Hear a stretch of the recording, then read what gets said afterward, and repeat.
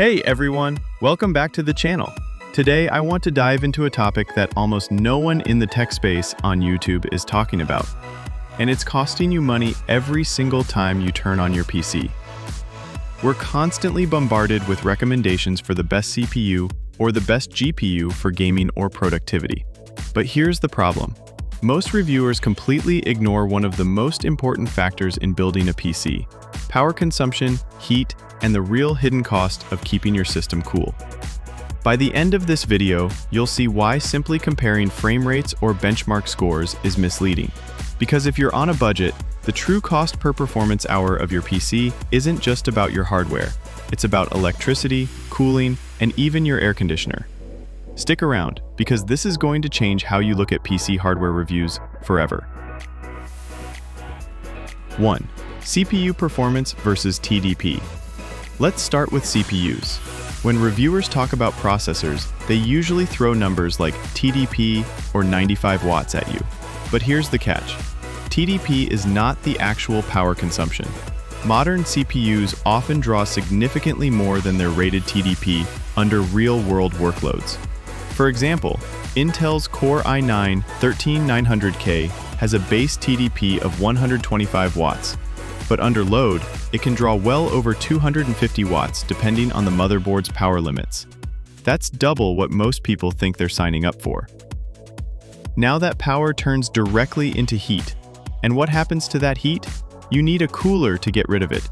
Maybe you buy a high-end air cooler or a liquid cooling system. But those fans and pumps also consume electricity.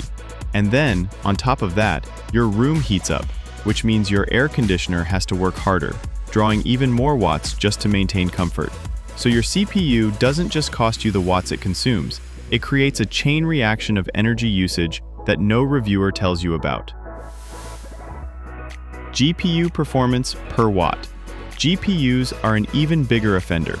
Everyone wants the fastest graphics card. 4070 Ti, 4080, 7900 XT, you name it. But let's talk efficiency. A card like the RTX 4070 Ti consumes around 285 watts under gaming load, while the RX 7700 XT consumes closer to 245 watts. But that's not the whole story. How many frames per watt are you getting? That's the real metric. Sites like Passmark and TechPowerUp provide raw benchmark data. But here's the kicker. If you don't factor in cooling costs and room temperature regulation, you don't know the true cost of those frames. For example, a GPU dumping 300 watts of heat into your room doesn't just mean a bigger power supply, it means your AC runs longer. And depending on your electricity rates, that could add up significantly over months and years.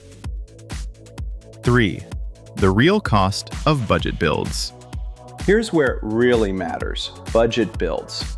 Let's say you're saving money by picking up a slightly cheaper, less efficient CPU or GPU because it costs $50 less. If that part consumes 50 to 100 watts more under load, and you use your PC a few hours a day, your electricity bill alone can cancel out those savings in less than a year. And if you're in a hot climate where you rely on air conditioning, it's even worse. So the real question isn't what's the cheapest CPU or GPU I can buy. The real question is how much does it cost me per performance hour to run this machine in my environment? That's the metric no YouTuber is showing you. Conclusion.